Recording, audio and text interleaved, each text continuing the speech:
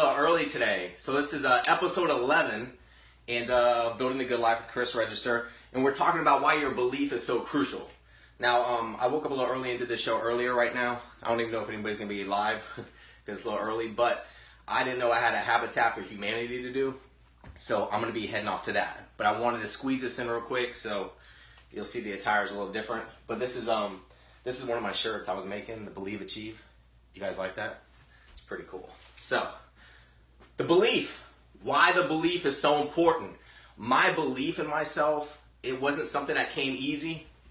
Oh, I'm getting alerted by Habitat for Humanity. It wasn't something that came easy, and it wasn't something that happened overnight.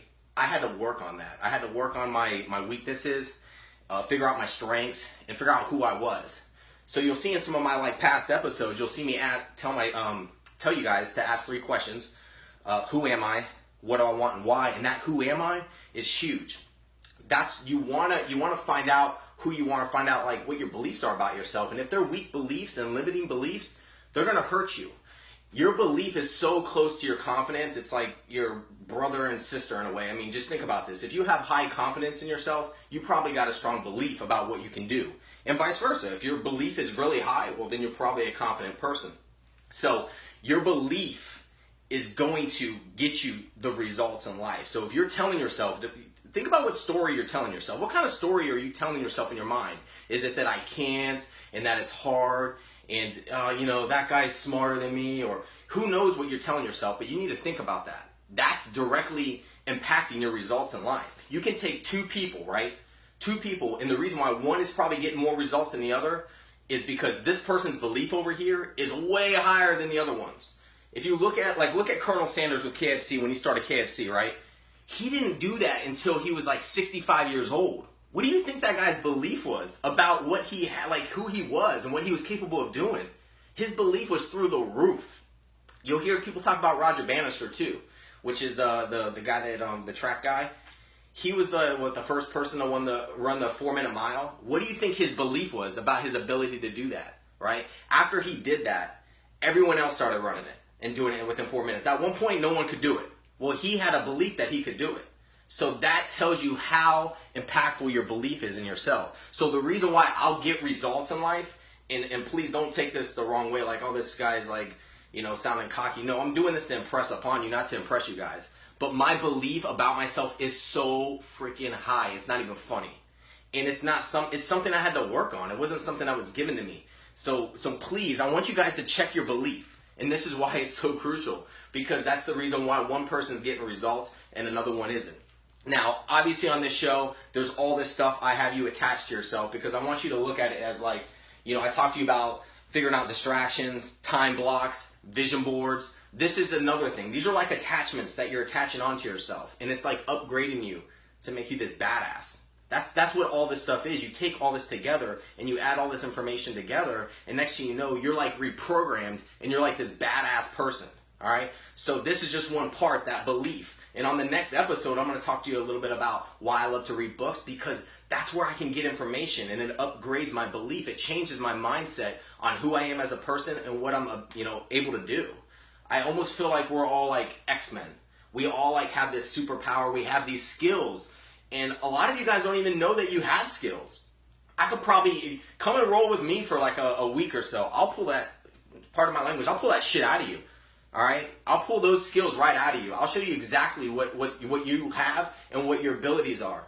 It's just, you got to have that strong belief in yourself that you can do this stuff. It's not, oh, I can't, and just those weak words that you probably tell yourself. It's a bad story you're telling yourself. You need to stop telling yourself that. Look, I'm going to show you guys a diagram. And this is in my book.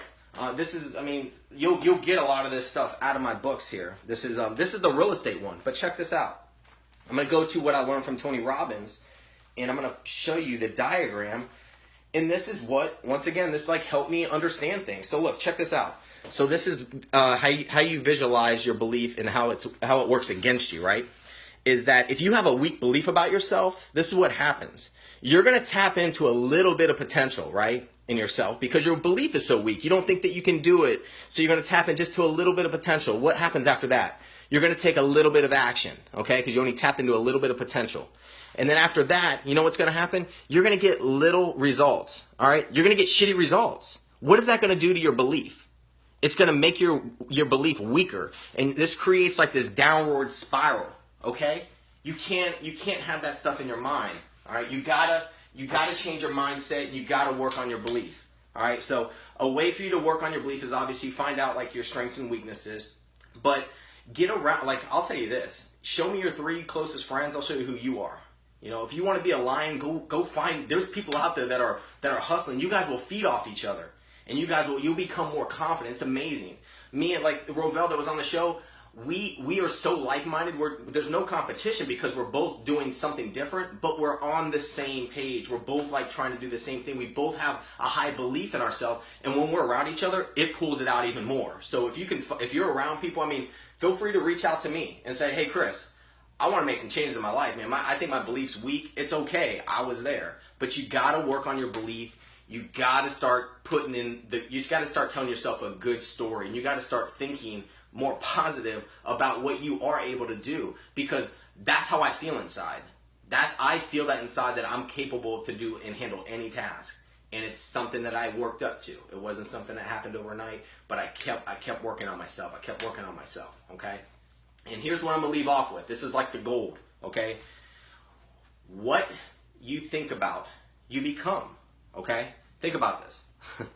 You become what you think about, okay? So if my belief is I'm great, what do you think I'm going to become? That's what the greats do. They do something different. We do. I have doubts in my mind at times, all day. I have it, but I don't live there. The greats don't live there. No one lives in that doubt. You know what? All they do is focus on who they're going to become, and the doubts will come in, and they shut those down. So I want you to just think about that. This is the gold right here. Okay, what you think about, you become. Okay, you become what you think about.